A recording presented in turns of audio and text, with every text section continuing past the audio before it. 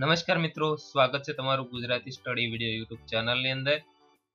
તો મિત્રો, આજે આપણે આ વિડિયોની અંદર વાત કરીશું પોલીસ કોન્સ્ટેબલ પરીક્ષા પેપરનું એનાલિસિસ વિશે. જો મિત્રો આવનારી પોલીસ કોન્સ્ટેબલ પરીક્ષામાં તમારે પાસ થવું હોય તો તમે નીચે તમને જૂના પેપર ધ્યાનમાં લઈને એનાલિસિસ આપ્યું છે તે પ્રમાણે તમે વાંચવામાં ધ્યાન આપશો તો તમે આ પોલીસ કોન્સ્ટેબલની પરીક્ષાની અંદર જરૂર છે સફળતા પ્રાપ્ત કરશો. તો ચાલો મિત્રો આપણે જોઈએ કે કયા કયા વિષયની અંદર કેટલી આપણે સહી તૈયારી કરવી પડશે. સૌપ્રથમ આપણે કાયદાની વાત કરીએ તો મિત્રો 2012 ની પરીક્ષાની અંદર કાયદા વિશે 10 પ્રશ્નો સહી પૂછાયા હતા.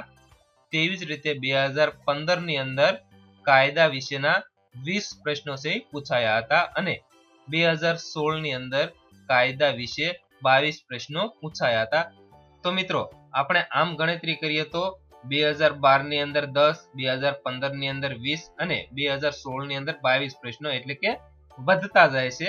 તો હવે આ પરીક્ષાની અંદર કદાચ પણ પ્રશ્નો છે કાયદા વિશે છે વધી શકે છે. તો આપણે ખાસ કરીને આ પરીક્ષાની અંદર છે કાયદા વિશે છે ખૂબ જ મહેનત કરવી જરૂરી છે.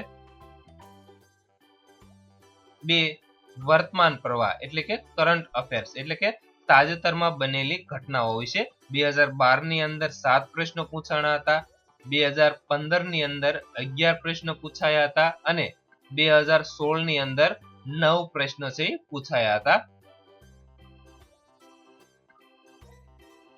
3, ભારતનું બંધારણ. તો મિત્રો ભારતના બંધારણ વિશે 2012 ની અંદર 11 પ્રશ્ન, 2015 ની અંદર 7 પ્રશ્નો અને 2016 ની અંદર 11 પ્રશ્નો છે પૂછાયા હતા. તો તમે આ પ્રમાણે છે ભારતના બંધારણ વિશે છે તૈયારી કરી શકો છો. 4, ગુજરાતના ઇતિહાસ વિશે વાત કરીએ તો 2012 ની અંદર 6 પ્રશ્ન પૂછાયા હતા, 2015 ની અંદર 12 પ્રશ્ન પૂછાયા હતા અને 2016 ની અંદર 5 પ્રશ્ન પૂછાયા હતા. 5, ગુજરાતના ભૂગોળ વિશે વાત કરીએ તો 2012 ની અંદર 4 પ્રશ્ન, 2015 ની અંદર 14 પ્રશ્ન અને 2016 ની અંદર 12 પ્રશ્નો પૂછાયા હતા.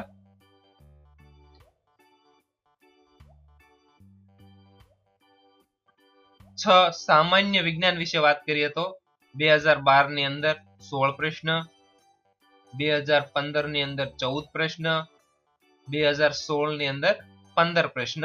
તો સામાન્ય વિજ્ઞાનની અંદર પણ આપણે વાંચવું ખૂબ જ જરૂરી છે.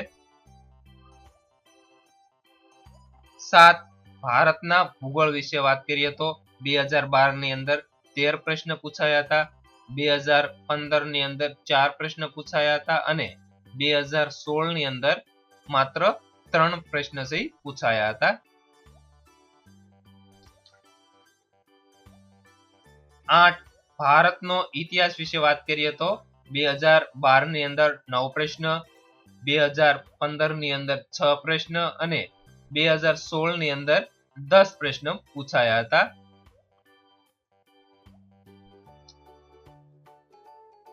9, કમ્પ્યુટર વિશે આપણે વાત કરીએ તો 2012 ની અંદર એક પણ પ્રશ્ન છે પૂછાયો ન હતો અને 2015 ની અંદર માત્ર એક પ્રશ્ન પૂછાયો હતો અને 2016 ની અંદર કમ્પ્યુટર વિશેના 10 પ્રશ્ન પૂછાયા હતા. તો મિત્રો આ વર્ષે પણ કમ્પ્યુટર વિશે ઘણા બધા પ્રશ્ન પૂછાઈ શકે તેવી શક્યતા છે. તો કમ્પ્યુટર વિશે પણ તમને પૂરતું જ્ઞાન હોવું જરૂરી છે કારણ કે અત્યારનો યુગ છે કમ્પ્યુટર યુગ છે. એટલા માટે આ આવનારી પરીક્ષાની અંદર કમ્પ્યુટર વિશે વધારે પ્રશ્ન પૂછાઈ શકે છે. 10, માનસિક ક્ષમતા એટલે કે રીઝનિંગ વિશે વાત કરીએ તો 2012 ની અંદર 13 પ્રશ્ન પૂછાયા હતા, 2015 ની અંદર 9 પ્રશ્ન અને 2016 ની અંદર પણ 9 પ્રશ્ન પૂછાયા હતા. ગુજરાતી સાહિત્ય વિશે વાત કરીએ તો 2012 ની અંદર માત્ર 2 પ્રશ્ન, 2015 ની અંદર પણ 2 પ્રશ્ન અને 2016 ની અંદર 1 પ્રશ્ન પૂછાયો હતો. 12 સામાન્ય જ્ઞાન વિશે વાત કરીએ તો મિત્રો 2012 ની અંદર 9 પ્રશ્ન, 2015 ની અંદર 6 પ્રશ્ન, 2016 ની અંદર 2 પ્રશ્ન પૂછાયા હતા.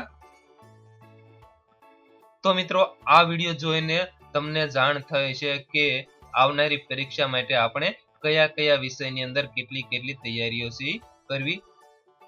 તો મિત્રો આશા છે કે તમને આ વિડિયો પસંદ આવ્યો હશે. તો મિત્રો વિડિયો પસંદ હોય તો વિડિયોને લાઈક કરો, શેર કરો અને આવા જ વિડિયો જોવા માટે પ્લીઝ આ અમારી YouTube ચેનલને સબસ્ક્રાઇબ કરો અને સાથેનું બેલ આઇકન છે જરૂર દબાવો, જેથી કરીને અમે નવા કોઈ પણ વિડિયો અપલોડ કરીએ કે તરત જ તમને નોટિફિકેશન દ્વારા છે એની જાણ થઈ શકે.